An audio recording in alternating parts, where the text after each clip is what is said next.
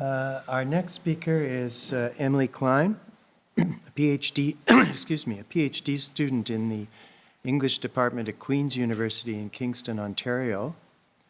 She's previously worked both in English literature and in women's and gender studies, and her current research relates to the history of science and medicine in Victorian popular fiction as written by women.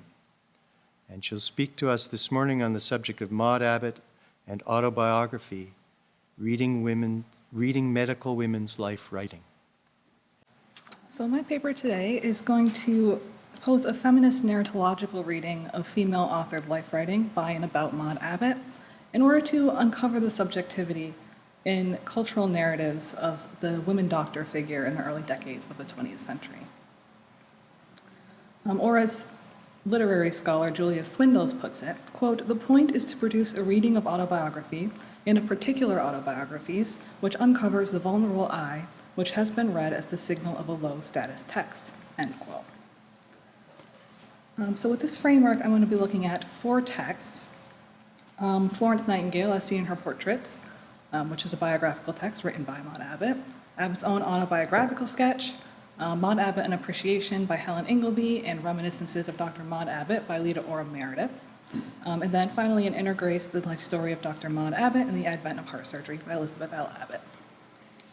But first, a little bit of background about my framework. So in literary studies, narratology is the study of narrative structure. So narratologists look at the examination and classification of the traditional themes, conventions, and symbols of the narrated story. Within this broad inquiry, explains literary critic Susan S. Lancer, quote, "The field known as feminist narratology has explored the historically contingent ways in which sex, gender, and sexuality shape both narrative texts themselves and theories through which scholars approach them," end quote. My paper is, of course, also informed by feminist autobiographical studies. Women's autobiographies, writes feminist critic Estelle Jelinek here, emphasize to a much lesser extent the public aspects of their lives, the affairs of the world, or even their careers, and concentrate instead on their personal lives. This quotation provides a common assessment of how women's lives substantially differ from expectations about the content and structure of so-called regular life writing. And this is particularly useful for illustrating how women working in a male-dominated field such as medicine might face particular challenges and constraints when adopting a biographical model that is often posed as a gendered binary of public versus private life. And life writing is a term that I'm using to encompass both biography and autobiography, as well as formal publications in more informal or memoir-type writing. So that biography and autobiography are traditionally masculine genres has been established by scholars like Sydney Smith, who points out that traditional autobiography, as one of the West's master discourses, purports to tell the truth about man, and discursively colludes in constituting the appropriate written subject as bourgeois, white, and male. In contrast to a well-established tradition of recording the lives of great men, women's historically domestic existence has been pushed to the margins, and their stories often fragmented in private letters and personal diaries. The public-private divide, or separate spheres ideology, that structured gendered relations in the long 19th century can still be seen as a site of tension in the emergent class of professional women at the turn of the century. And nursing provides an especially useful example, as we see in the many narratives surrounding Florence Nightingale, whose countless biographers included Abbott herself. So writing about Victorian nursing narratives, Tabitha Sparks explains that, quote, "A particular representation of the middle-class nurse drew on contrary positions in its representation of women's work.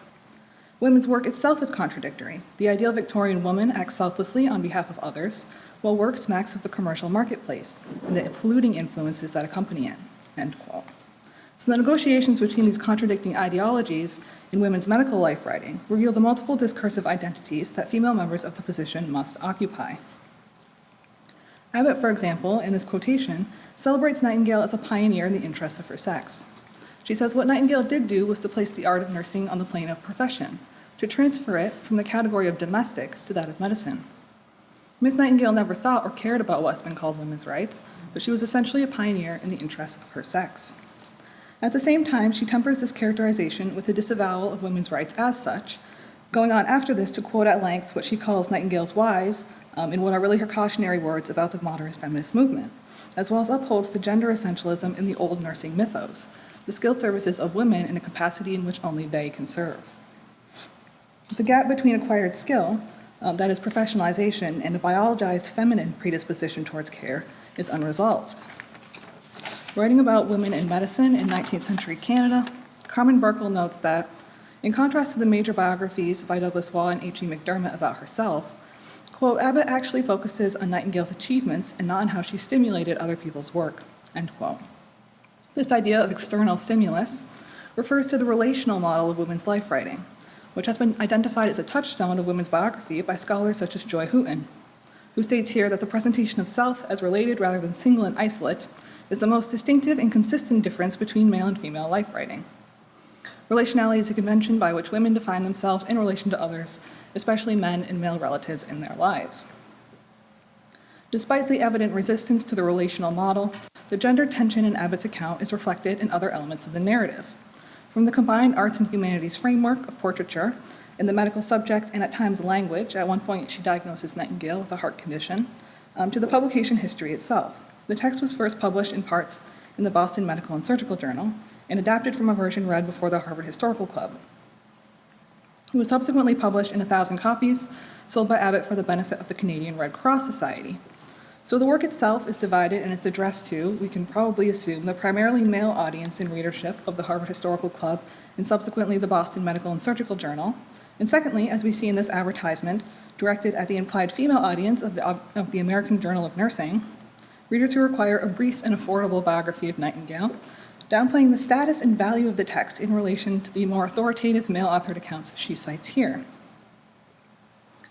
In terms of language, given Nightingale's work, there is naturally a tension between more masculine language, aggressive and militarized terms, and feminine, defensive, and moralizing language. The intersection of the military and domestic metaphors and the idealizing accounts of Nightingale have been examined by Mary Poovey in her book Uneven Developments, where Poovey makes the case that the contradictory image of the nurse served ideological ends by masking economic motivation through the deployment of, quote, the altruistic language that women's maternal nature underwrote, end quote. This is a dialogic that underwrites the careers and lives of many women in medicine, and it brings me to a similar double-voice discourse seen in Abbott's autobiographical sketch, which mediates between, on the one hand, the voice of a more authoritative, professionalized narrator, and on the other, a personal voice that upholds moral standards, which are in this case and in this period usually tied to appropriate expression of gender roles. Abbott's autobiographical sketch was originally read before the Medical Women's Society of McGill in 1928. It was republished in the McGill Medical Journal in 1959. The sketch provides useful insight into Abbott's self-presentation. As Peaches Henry's more recent reevaluation of the relationality theory has identified that women's autobiography moves between individualistic and relational models to curate a persona that first serves ideological needs and second asserts ownership and agency. Similar to Poovey's argument about the ideological fit of the Nightingale nursing model, which underwrote, elaborated, and neutralized the militancy inherent in the domestic ideology, the negotiations between the two models reveal how multiple competing identities are situated and possibly reconciled. Abbott's sketch contains the famous example of her inspiration by William Osler, to whom she attributes much of the incentive for pursuing her best-known work. Her allusion to Osler being a personal stimulus is a textbook example of relationality. However, the sketch itself is primarily a chronicle of Abbott's academic and professional achievements, and allusions to her domestic life are confined mostly to her pre-university days. The closing paragraph, which I've quoted here, exhibits the tension between the two models.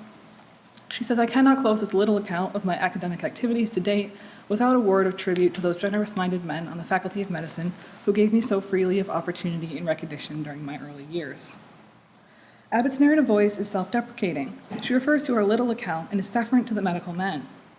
However, the closing comes directly after an extensive and matter-of-fact list of honors, prestigious memberships, and recent publications, making it clear that what Maude Abbott primarily chooses to highlight are her own professional and academic achievements, which are in no sense minimized or belittled throughout the narrative. In her article about early 20th century female medical education, Carolyn Dyehouse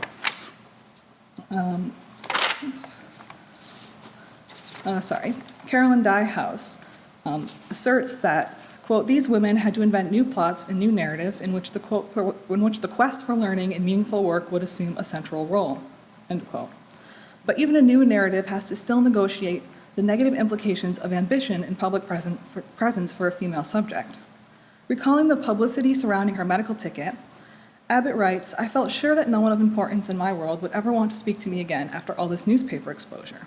And indeed, I think many people probably did think of me askance and blame me as too young a woman to be flaunted in the papers so." Abbott is adamant about her passivity in this instance. The battle for her medical ticket was won, she says, quote, "entirely in absentia by men I had never known or seen," end quote. Of course, it's also clear that Abbott was not passive, as demonstrated especially by her 1889 petition for acceptance to the McGill Medical Faculty, which was also quoted in the newspaper, a fact that Abbott alludes to with none of the apparent embarrassment of the medical ticket debate I quoted above. In the dissonance between modesty and ambition, we can see both a traditionally feminine disapproval concerning such a public proceeding, as well as an underlying commentary about the unfairness of the sexual double standard, that others thought of her askance and blamed her, unreasonably so. The phrase "my world" is also ambiguous. Does she mean the field of medicine specifically? Or is she, with an ironic tinge, trying to express the exaggerated fears of a young woman who's anxious about being outcasted from her social set? This expression can be interpreted two ways. She is expressing worry about her reputation in the traditional Victorian sense of the word, that it would affect her social prospects, or subtly undercutting the gendered modes. That it would affect her social prospects, or in the second sense, whether she is concerned that it will affect her ability to network and advance in her chosen profession, creating a subtle undercutting of gendered modes, even in these moments where gender asserts itself most apparently in the text. And this is what I mean essentially by double-voice discourse. First, about the need to embody a particular gender convention and experience, and second, about the inadequacy of those limited gender forms of expression that try to codify this kind of binary existence. Now I want to look at Maude Abbott, An Appreciation and Reminiscences of Dr. Maude Abbott by Dr. Helen Ingleby and Dr. Lita Orem Meredith, respectively. These are typewritten documents solicited by McDermott in preparation for his biography of Abbott, published in 1941. Both accounts emphasize Abbott's personality and provide a foil to Abbott's more reserved professional description of herself. They also fall more in line with Jelinek's description of female autobiography I quoted at the beginning because they mainly focus on Abbott's personal life, domestic details, family difficulties, and close friends. Ingleby's account is most interesting to me for its use of embodiment. What I mean by that is that the account moves from a more formal memorial style of narration to an emphasis on proximity and sensory experience. This shift happens when the narrator records hearing the conductor's warning of all aboard on the platform. We know it's an internalized experience because there are no quotation marks. It's a sort of free and direct discourse. And as a consequence, we, the readers, are transported to the platform with Abbott. Her suitcase is overturned, everyone frantically searching for her ticket. The train station becomes a stage for illustrating a lived experience, relying on subjective rather than objective or anthropological distance that has become a hallmark of biographical writing as a form of nonfiction. Again, in the final paragraph, Ingleby returns to the present and directly addresses the reader. "I would like to paint for you a picture," she says. The paragraph does paint an almost Dickensian Christmas scene, recalling Victorian melodramatic tableau, as well as drawing on the angel in the house trope of womanhood. Distinctly melodramatic mode, as well as the self-reflexive frame of picture painting, emphasizes performativity while also drawing inspiration from a feminized form of narrative associated with excessive emotion. Here clearly part of a gender-affirming narrative of someone whom Ingleby memorializes as, in the final lines, quote, "a very great woman," quote. Sally Ledger's comments on Dickens' famous deathbed scenes are also conspicuously relevant here. Quote, "The intervention of the narrator at the close of the chapter, the diegesis as opposed to the mimesis of the text, sharply removes the reader from the tableau, reminding us that it is a tableau, an effect, a rhetorical set piece." End quote. The paragraph is conventional for a sentimental novel, though unconventional and perhaps too subjective for a biography. And this may be why McDermott chooses to omit only this in the preceding paragraph about Alice's misbehavior from his reproduction of Ingleby's letter. Meredith's appreciation also features a train station with all its implications for mobility and marginality. It is a classic example of a Foucauldian heterotopia.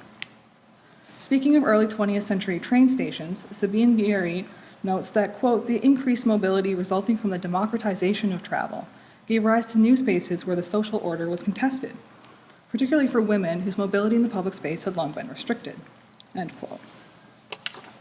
In these accounts, Abbott is simultaneously infantilized as absent-minded and naive, and also posed as a kind of brazen worldly traveler, and also a mischievous one. She has no qualms about exposing her luggage to passerby on the platform, or hopping on a train full of strangers and striking up a conversation. And both versions of Abbott exist as a kind of variation on a gendered mode. Just as Poovey argues that Nightingale's narrative is marked by the revelation of the militarization within, and as integral to the domestic household manager model, how endearing and scatterbrained Abbott is seems to undercut the threatening boldness that has characterized the so-called big lady doctor, a kind of neutralizing tactic. Meredith states, with an obvious emphasis on both parties' unique positionality, "I wish that had been given to me to know her better, this women's pioneer in medicine, but I feel that her friendship has become an integral part of my life as a woman physician." Where Ingleby's Abbott is, in the end, a great woman, Meredith's Abbott is less separable from her professional identity. Yet the need to specify repeatedly both statuses, female and doctor, highlights how the narrative stops short of conceiving a fully integrated character. In the foreword to An Inner Grace, which is my final text, Elizabeth Abbott asks, who was the woman behind the Accolades? She takes her biography's title from the words of McDermott, whom she quotes saying, "Of what Dr. Abbott achieved, there is abundant testimony, but these will not convey the inner grace, which is to be fully appreciated only by those who knew her personally." His pointing out that there is what Robin Warhol, quoting Gerald Prince, terms an unnarratable quality, maintains the traditional function of biography as a public objective testimony with no responsibility to capture subjectivity, while simultaneously acknowledging through unnarration that there are shortcomings with this mode in a particular case such as Abbott's. Elizabeth Abbott's comments seem to suggest that she may have a more authentic approach to the missing pieces. Though not a medical woman herself, Abbott claims a different kind of kinship, even beyond a relational tie, which Sydney Smith identifies as, quote, the specific lived experience of the actual woman, the biographer whose name appears on the title page, as well as the shared experience of a commonality termed women, end quote. Smith rightly problematizes this gender essentialist view as an outdated approach to autobiographical studies, but the attitude is still useful to highlight possible motivations for amateur female biographers' attempts to fill in the apparent gaps in previous biographies by drawing on a particular social standpoint as an alternative way to access the authority that is so integral to the biographical mode. In a seemingly self-conscious comment, Elizabeth Abbott says, "I have prepared this version of Maude's life in an effort to fill in a few gaps in the larger picture. Although the utmost care has been taken to verify and ensure accuracy, I cannot guarantee that all facts will be correct as presented in this book. I've occasionally taken poetic license to dramatize particular events, and I've made use of expressions which typify the conversational style of Maude and her contemporaries." This disclaimer emphasizes the performative literary aspect of life writing, while also aspiring to veracity, highlighting the very issue of the role of subjectivity as a feminized mode in supposedly non-fictional biography, an issue which Sydney Smith encapsulates in the title of her article, Constructing Truths and Lying Mouths, Truth-Telling in Women's Autobiography. The feminized form of autobiography posited here can only mime objective distance, whereas masculinity embodies it. However, the admission of inaccuracy and transparency of this mimicry is also disruptive. It threatens to reveal the constructedness of all life writing and challenges the exclusionary politics of narrative objectivity. As Smith points out, quote, purporting to reflect upon or recreate the past through the processes of memory, autobiography is always multiply storytelling, end quote. Where traditional biography relies on authority and objective distance as a mode, women's biographies more often assert the ideas of authenticity and subjectivity as grounds for knowing. The multiple perspectives intersect with historically situated social standpoints, so that life writing by or about Maude Abbott showcases what Poovey has identified as the ideological fit of medical women's narratives, which somewhat paradoxically uphold the category of woman as differentiated from male colleagues and peers, and by variously mimicking or departing from biographical convention, reveal the constructedness of the same binary perspectives that seek to exclude and set them apart. And that's the end. Thank you.